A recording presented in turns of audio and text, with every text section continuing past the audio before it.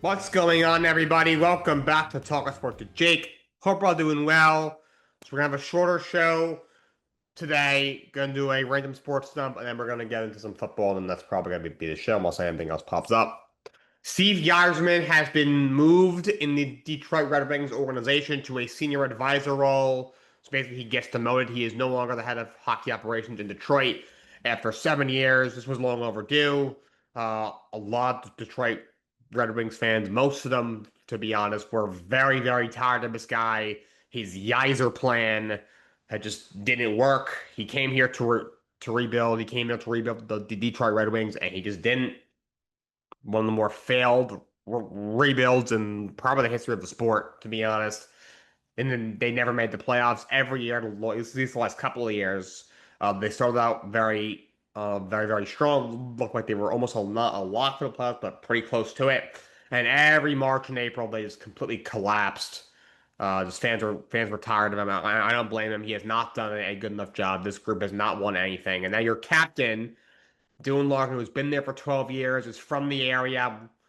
Could have probably left for more money a few years ago and didn't decide to stay. Now he wants out. Just they've become a disaster of the organization. Well, a team that was once one of the more prouder organizations in the sport had a streak where they made the playoffs 22 or 25 years in a row, won a couple of cups in that span, and they have not made the playoffs in like 10 years or something like that. These last 7 years, just every year. Good start, and they collapse.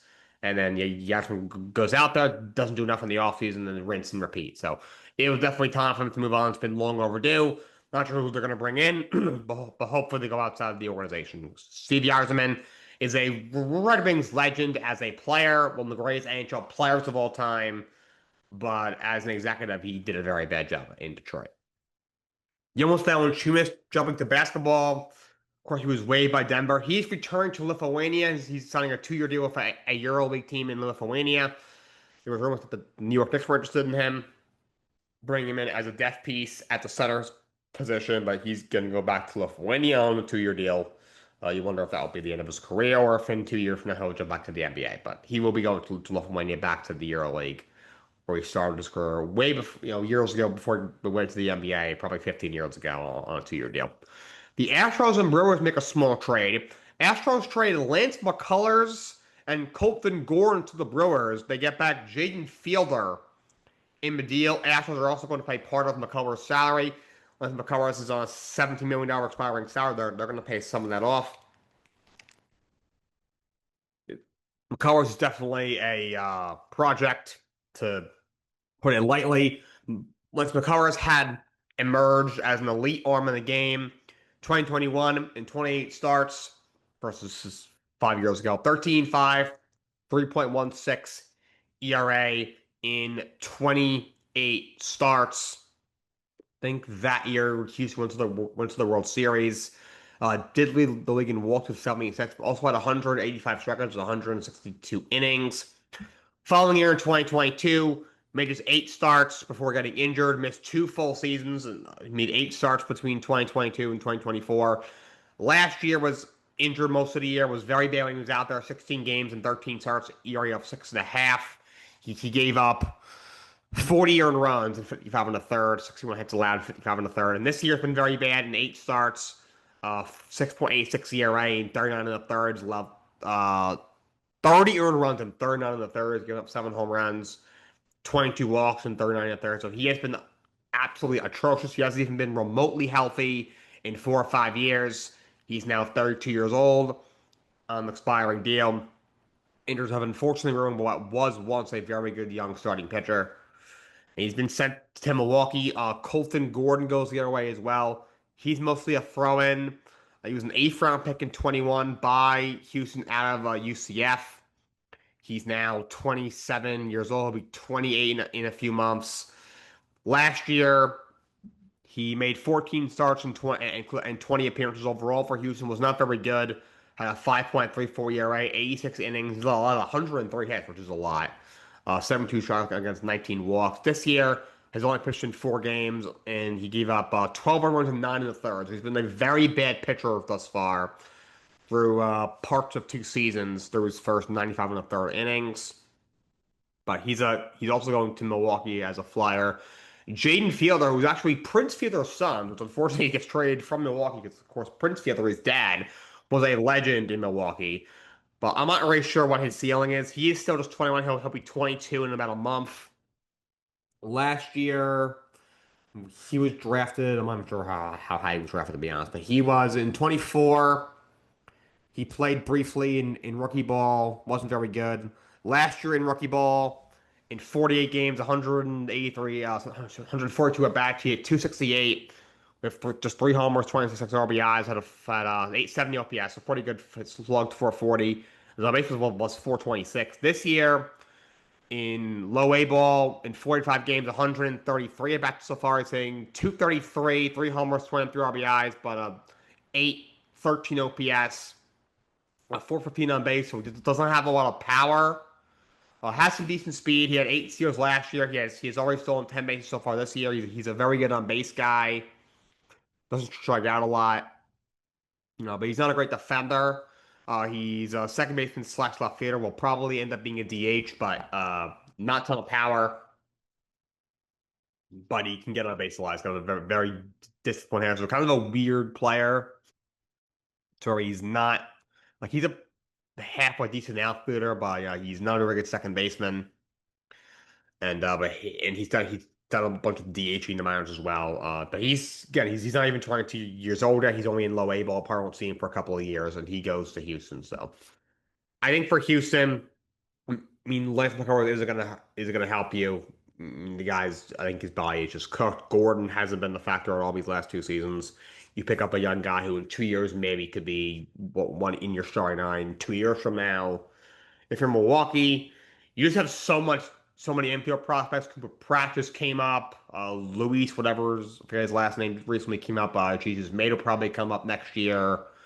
Plus all the guys you already have. Bryce Terang is a platinum glove guy you have at second base. You already have him. So there just isn't room for Jaden Fields, who is a worse player, I think has a lower ceiling than all the guys I just listed. So you give him away. McCullers, he might end up being a guy who you throw out there for a couple of starts. He looks horrible, and then you cut him, but you're not paying him a whole lot of money because Houston is paying a good amount of his salary. I'm taking a flyer on him. Milwaukee has fixed so many different pitchers over the last bunch of years.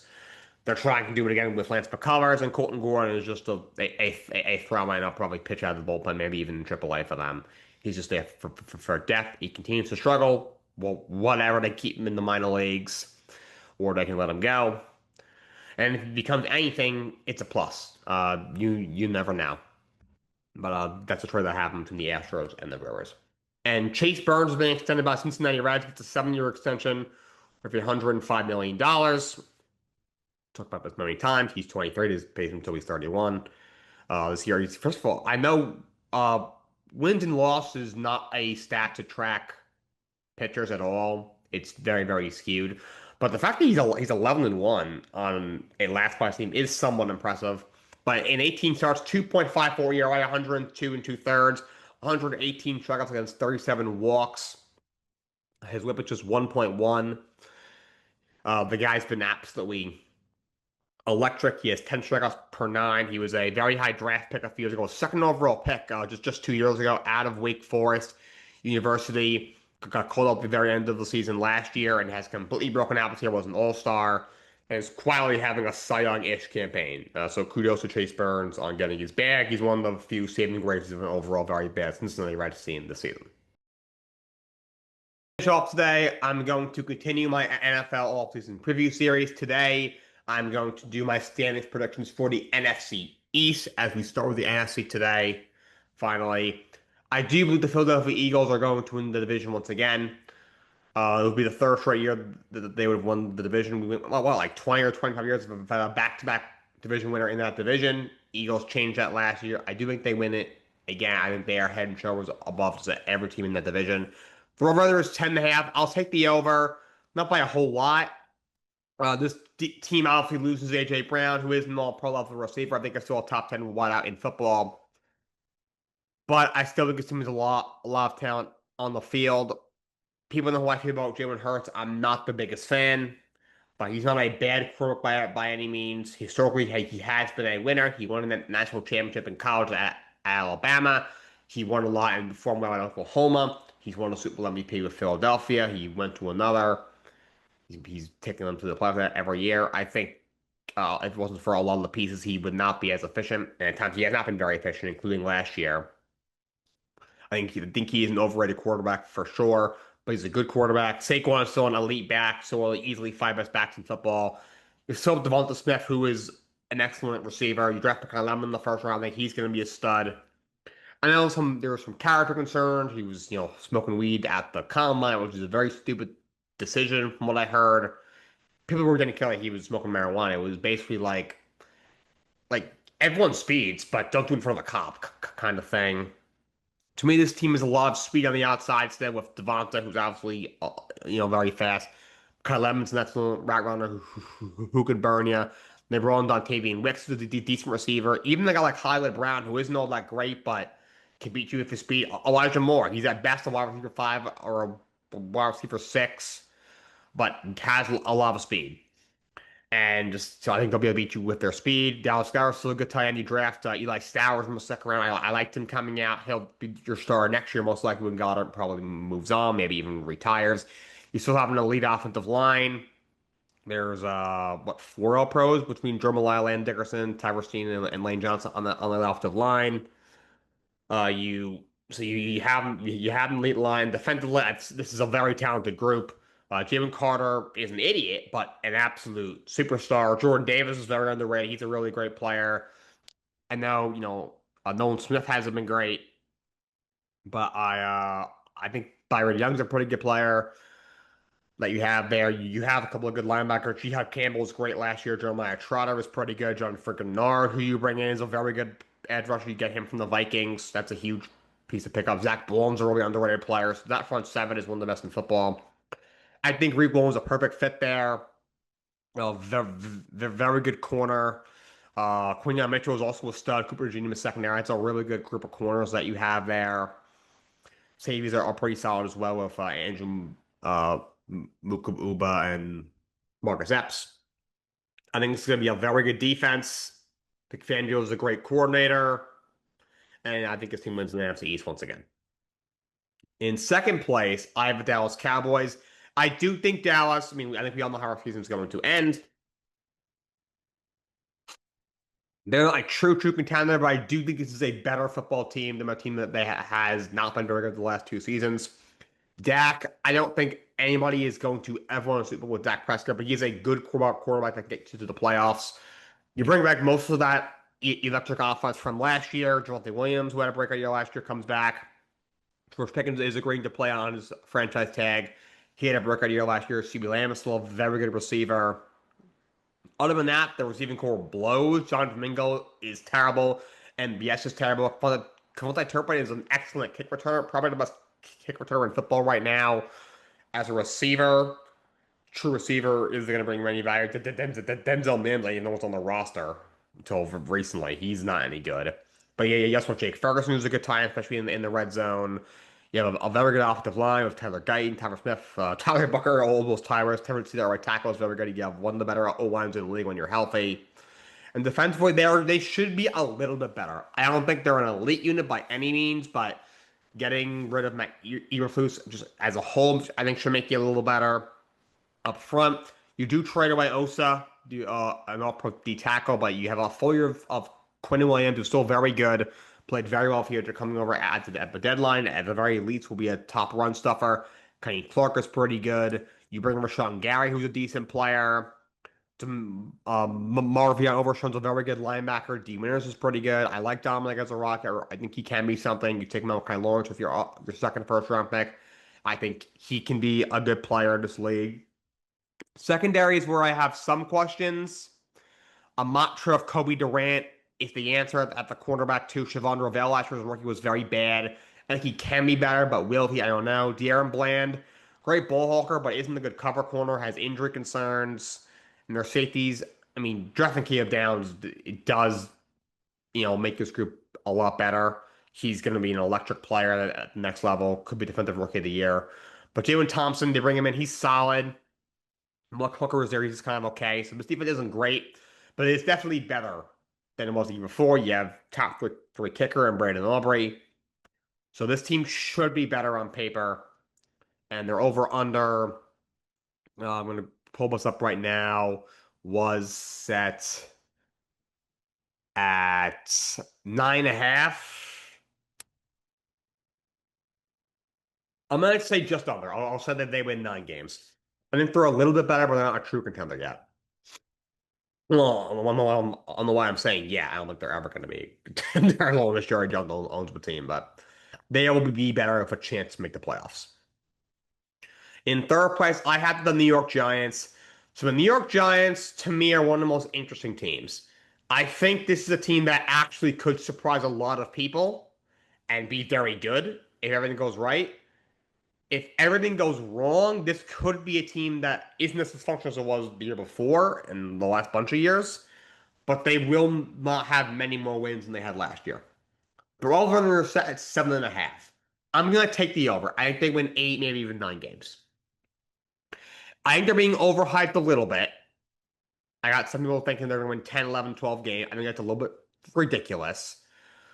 There are some things with this roster I like a lot. There are a lot of other things with this roster that I do not like at all.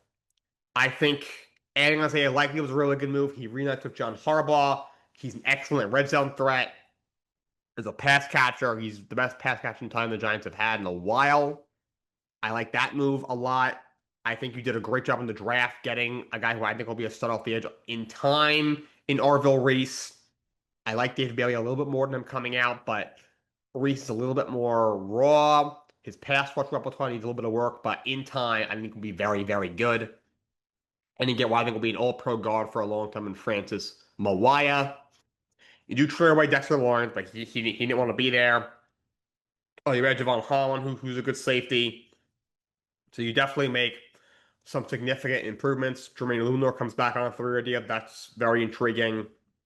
You added, you definitely got better on special team, which has been a massive issue over the last 4 years for the New York Giants when they were under Brian Daboll. I wish they had kept Jason Sanders as the kicker. They signed him and then they cut him, which is kind of weird. But they're counting on Ben Sauls, but they signed a bunch of special teamers. They should overall be a better unit. You have an elite punter now with Jordan Stout. You have an elite fullback now with Patrick Ricard. They followed John Harbaugh to Baltimore. And I do believe Jack and Dar can be a very good quarterback in this league. If Cam Scandal is healthy, I think he can be very good. I don't know if he's a 3 down back because of how hard he runs. All jokes aside of him smashing his head against walls. Um, he has a very physical style of running. I just don't think can hold him over a full season as a 3 down back. But you do have Tyrone Tracy there. You have Devin Singletary there. Receiving core, I have some concerns. Malek Neighbor is an exceptional talent, but he was injured most of last year. His injuries are still persisting as camp gets ready to start. A little nervous about him, and they added a bunch of guys, but none of them are any good. Calvin Austin isn't any good.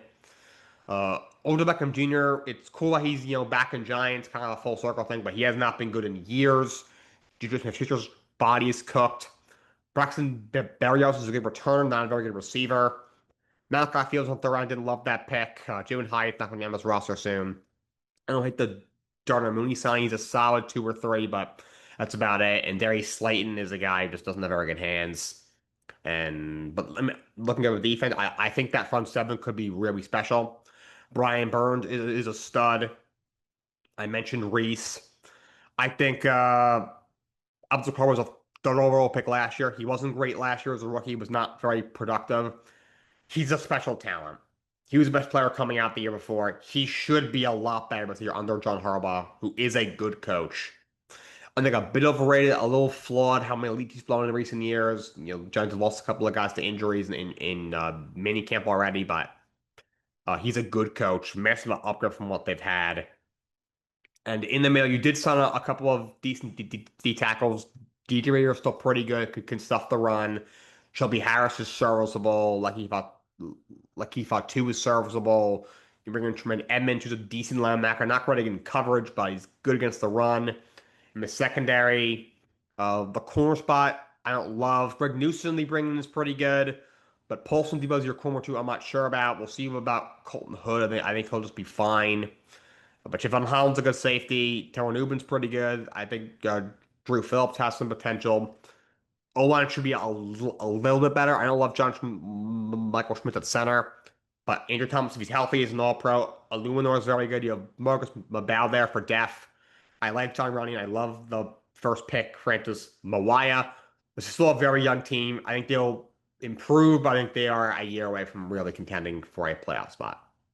And then last place, I have the Washington Commanders. I just don't see this being a very good football team. They're over under about 7.5. I am going to take the under on that. I don't see them being very good. I know having a healthy Jaden Daniels and overall healthier roster is not something to completely sneeze at, but they have no running game. Ja'Cory Krosky Merritt is just not an efficient enough runner to be a third down back to me. Rashad White, cool, he's back of Jaden Daniels. They played together at Arizona State. But he's a pass catching back. He's not a third down back. You take Keaton out in the sixth round. He could end up being a half decent back, but I don't know how impactful he'll be in year one. I love Terry McLaurin. I've always liked him. He's coming off an injury, and I don't know if there's even another wide receiver three on this roster. There certainly isn't Luke McCaffrey. And Tony Williams is an interesting play. You drafted him this year. I think could be something decent. He's versatile, but can he be a wide receiver two in year one? I don't know. Treylon Burks isn't any good. Van Jefferson is at best a serviceable three. Dimey Brown isn't very good. Then you need to go out and sign like I don't think bring back a Debo Samuel or add somebody to that roster. Chigon Conquo, I don't hate that signing. He's a decent tight end, and you add some talent defensively. Re-signing Dave Owat, give him a lot of money, but he was impactful last year. You bring him back. I like the move to add Cleveland GSI, who's a pretty good edge rusher. And Leo Chanel is a really underrated move. He's a very good linebacker. Drafting Sonny Styles at 7 was a great pick. He's going to be a stud.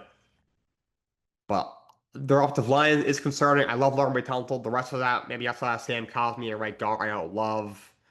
With Josh Conley at right tackle, you're starting Chris Paul, no, not the point guard from the Clippers at left guard. Defensively, the Aaron Payne is very good. Kinlaw is okay. Owa, I think, can be good. I like their linebackers of Chanel and Styles, Chiasson. There are some pieces up front that I like. Secondary is rough with Mike Sandstrill and Trey Amos. They just brought in Russell Douglas, who's older. I'm not sure how Mick Robinson's all that. So I think the secondary is going to be very bad.